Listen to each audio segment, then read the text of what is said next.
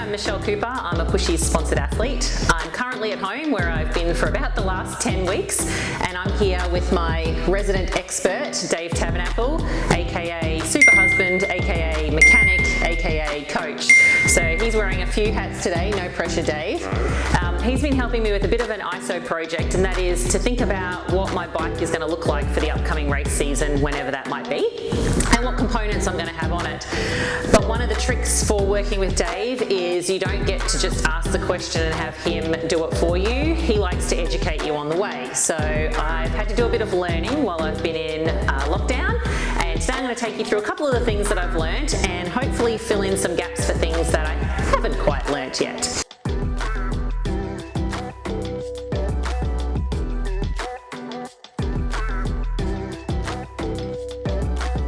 So I thought I'd start from the bottom up and work through what I'm going to do with my wheels this year.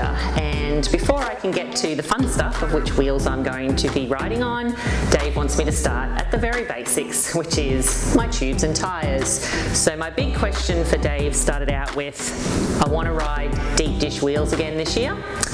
But when it comes to changing my tubes and tyres, I want it as simple and easy as possible. I know how to do it, but I want it simple and easy. So Dave, what do I need to know when it comes to setting up my tubes with things like valve extenders, the little screwdriver things that I got to deal with? This comes out of my spares kit ready to roll, but I need to be able to do that myself, right? Yes, that's right. So, a little bit of education is always good. Obviously, with deep dish wheels, they're wonderful because they make you a little bit quicker. There is some downsides though, is that the valve length on tubes often aren't as long enough to get through the wheels, and you need an extender.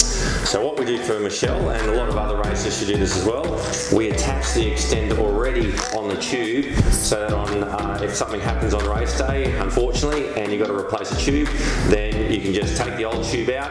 Probably should undo the valve extender and keep that. It's all about those seconds though, Dave. That's right. But straight away you can put these in knowing that you're not under any pressure to make any sort of mechanical adjustments to the spares on the fly when you're under a bit of pressure. These guys are ready to go.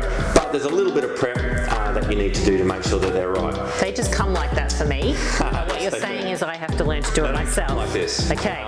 So there are, I'll say there's two types of tube or tube valves, I should say. There's varying lengths, but there's two types. So the ones that we use, the Continentals, for a number of reasons. One, and probably the main one, is that they have a removable valve at the end. So what happens is at the end of your valve, there's a little core here which you can unscrew and take out, and then attach your extender and just make sure that it's long enough to get through the deep dish rim. So these are 80mm valves, and I'm riding 80mm wheels, but that's not enough, right? Well, 81 actually, but you've got to be accurate.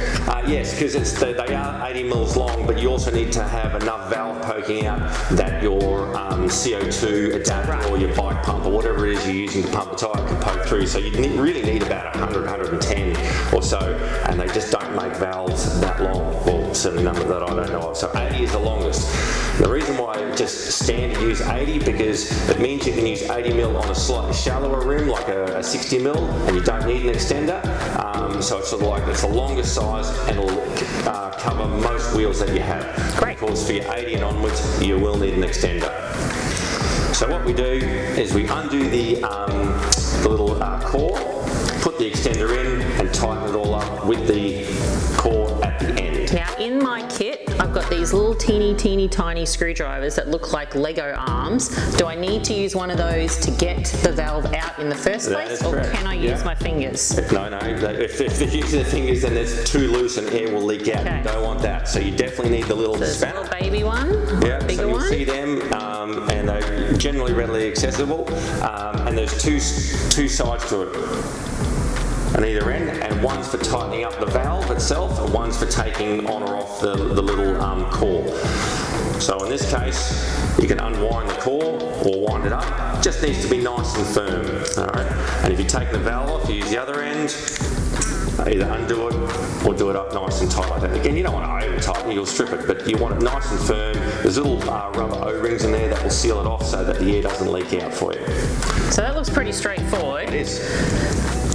So I need a valve extender. Yep. I've got my valve. I need my little tool to be able to do that. Yep. Once I've done all of that, I'm good to go. You will pump it up just like you would pump up a regular tyre. That's ready to go into your rim, ready to be inflated. So there's no special tool to be able to inflate it. That is set and forget. That's correct, just like any other pressed Great. valve tube. So I've got my tube sorted. Yep. I've put this in my spares kit. The other thing I wanted to talk about for this year of what I wanted to do was my tyre choice. Yes. So I'm certainly not winning my age group anytime soon, but I am getting faster and faster on the bike, and I want every little bit of security, comfort and speed that I can possibly get. So I've always used the Continental GP 4000s, Yep. but this year you tell me there's the 5000. That's right. And I should contemplate the 5000. So, recently Continental upgraded their, basically what is, everyone would say is almost the go-to tyre. The GP 4000 been around for a long time, was well recognised, very good all-round tyre, and Continental have upped the ante a little by moving to the GP 5000. So sometimes my courses are a little bit coarse, the roads aren't exactly smooth.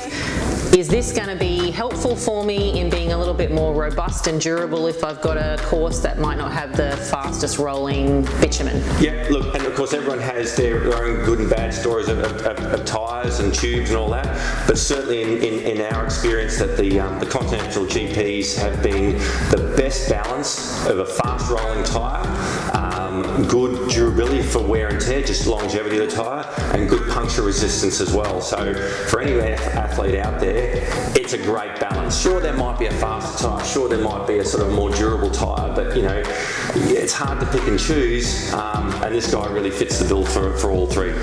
Okay, great. So I've got my tubes sorted, I've got my spares sorted. I'm going to roll with the GP 5000s on my wheels. Yep. Can I please talk about wheels now? Yes, you can show the wheels, please do. So this year racing is going to be a bit of a combination of short and long course. Yep. Definitely looking for some aero speed on my TT bike. Yep.